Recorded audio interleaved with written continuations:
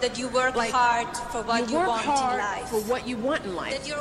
That your word is your bond. That you do what you say you're going to do. Keep your promise. That you treat people that you treat people with respect. with dignity and respect, and because we want our children and all children in this nation to know that the only limit to the height of your achievements is the reach of your dreams and your willingness to work hard for them.